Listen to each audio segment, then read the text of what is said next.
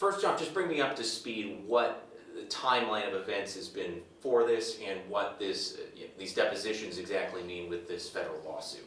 Well, the lawsuit was filed 4 years ago, and according to the plaintiff's attorneys, the city's been slow walking any kind of compliance with requests for documents, depositions, et cetera, et cetera.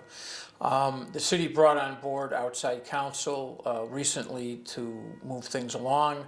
At least 5 depositions of retired police officers have been taken in recent months, and the plaintiff's lawyers shared those depositions with us late last week. And our story today is based on those depositions. Mm-hmm. The lawsuit kind of hangs on the fact that this strike force housing as well as traffic was discriminatory. I'm not sure if it deals with strike force and housing. I know it deals with the checkpoints, but the general beef involving Buffalo police in recent years has involved how these different initiatives, traffic checkpoints, strike force, and housing units, how they target the black population of the city. And you know, we've done reporting in the past in which defense attorneys have described the police actions as that of cowboys, vigilantes. The mayor did, several months after our story on strike force, did eliminate strike force.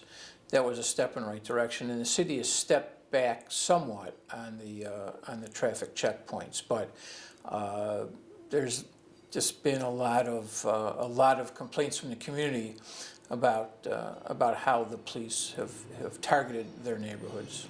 Yeah, so 4 years into the future now, since this lawsuit was filed and when that program was disbanded, what is this depositions, or what are these depositions exactly, showing about the tendencies and what that strike force and those checkpoints kind of initiated? What will the deposition showing? Well, I think big picture it shows a very toxic environment within the police department.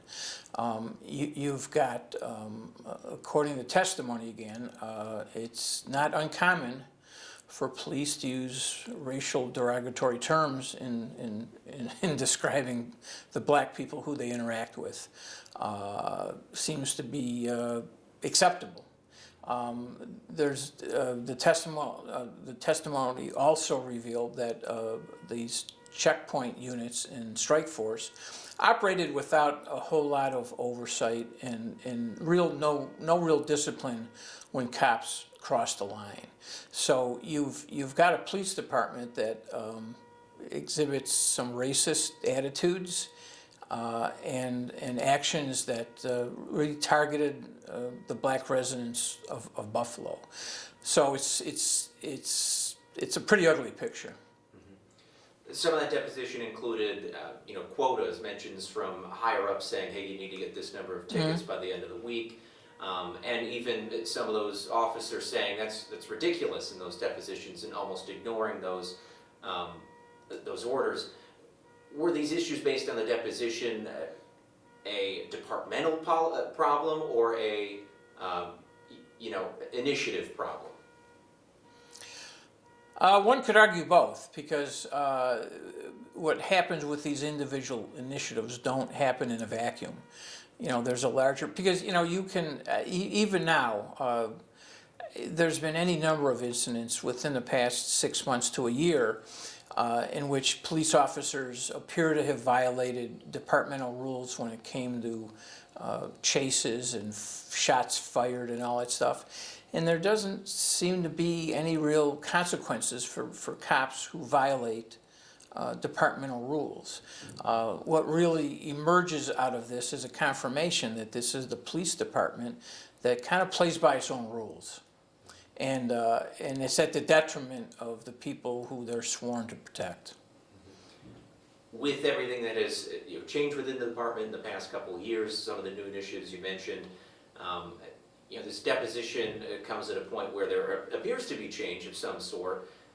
Do you think this what's been revealed and what these officers were saying, although they're retired at this point, that there is still this negative attitude amongst the current officers, the current department, and that these things need to change? Or is this, just kind of reaffirming what was believed prior? Yeah, very little has changed. I mean, the proposals that the mayor, or the changes the mayor made in the wake of the protests a couple years ago were pretty modest.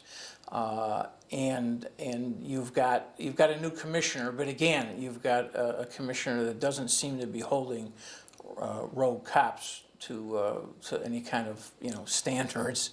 And you've got a common council. The council has a role in this. They have a police oversight committee, which only meets a couple times a year, which has proposed no major initiative. So the councils kind of go along to get along with a mayor that doesn't do much. And negotiations for the police union contract. Right now the contract is a problem. It makes it difficult to discipline cops. The mayor, during his long tenure in office now, has never attempted to negotiate changes that would bring bad cops to heel. So this is a systemic problem that has not really improved in recent years, and it's going to take a lot of work to undo the culture. It's a culture issue. Again, you can call people the N-word. You can target black neighborhoods and get away with it if you're a cop.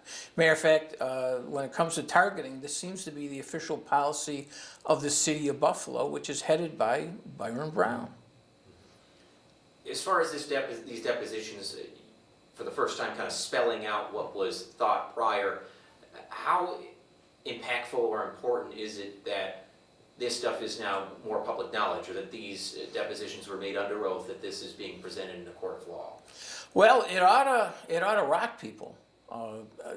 This is, these are not allegations made by critics of the department. These are cops talking about cops, and if it doesn't move people, I don't know what will. I mean, in the aftermath of May 14th, this is very damning, and ought to get a lot of people focused on what do we do about our police department. As far as where the lawsuit and what these depositions mean, as far as what stage in the legal process we are right now, did Jeff Heaney have any info on that, or do you guys have any info in that regard about what will be happening or what would be happening going forward? No, I think I'm assuming. I have not spoken with the attorneys for the plaintiffs. Jeff has. I'm assuming that they're going to continue to depose police officers. It's a lawsuit that's probably got a long ways to go. But I can't offer any particular insights in terms of what's next. And then anything in particular from the deposition? I know the headline kind of spells it out with the use of the N-word, and one of the officers referring to himself as a human being and saying he'd almost prefer that as opposed to, physical force or arrest in that sense. Anything from the deposition that you'd want to specifically lay out for folks, or that really stood out in terms of how that unit and that strike force was being used? Or well, it sounds like from the testimony that the problem with the derogatory language is not limited to any particular unit. The impression I got from the testimony was that's the way Buffalo cops, white Buffalo cops, talk about black people, and that is very troublesome. And I don't know how you change those kinds of attitudes without some type of major shift in the culture of the department.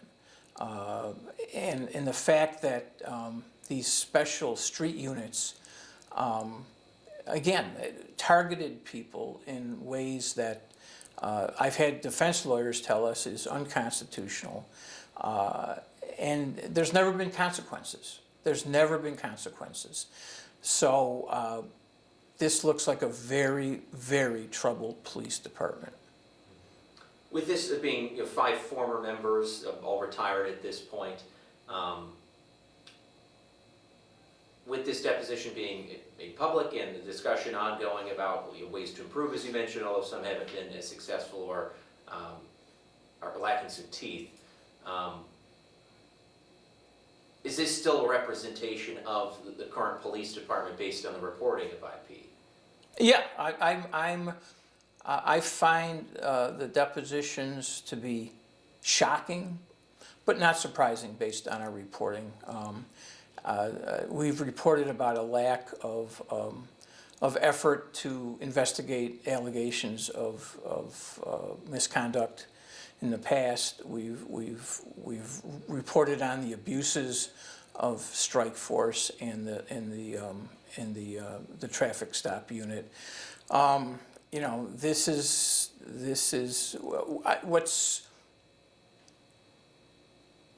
what's surprising is that these are actual cops coming forward and confirming just how bad things are.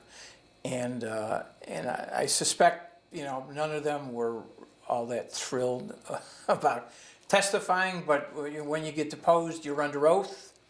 You're supposed to tell the truth, even if it reflects poorly on the people who you worked with over the years. So again, you know, this is information that's being shared by cops, not by critics. And then just to rehash some of the stuff that was discovered or, you know, was revealed in these depositions, can you, once again for me, kind of go through, you know, use of the N-word and so on and so forth that we haven't really heard about from an officer, like you're saying, prior to this being let out? In terms of the highlights or Yeah, lowlights, if you will? Well, I think the fact that you've got a retired lieutenant saying that it's not uncommon for police to use the N-word, that everybody uses it, that it's used in a tactical fashion. You know, rather than taking out a billy club, you call somebody the N-word. Well, I don't know. Is that good policing? You know, I don't think so. And then the lack of supervision and the lack of discipline when it comes to the abuses of the traffic stop unit in strike force, you know, in these checkpoints. It's all laid out there, and you know, this all raises this. I think not only reflects poorly on the police department, but I think it reflects poorly on the elected officials in the city of Buffalo. How has this happened under a black mayor, a black common council president? Why haven't these problems been addressed over the years? And now, what's the mayor? What are the council? What are the other elected officials going to do about this? Because this is a problem that it's not a secret in the black community. And either the mayor and the common council leadership should have known about it. I don't know which is worse. They didn't know how their police were operating. If they were reading Investigative Post, they would have known how their police are operating. What are they going to do about it? And Jim, anything you think I might have missed, or anything with this most recent story that you'd want to highlight, or you think I might have missed, or? No. I think you've captured it. It's deeply troubling and it demands attention. Okay, beautiful. Let me stop this really quick.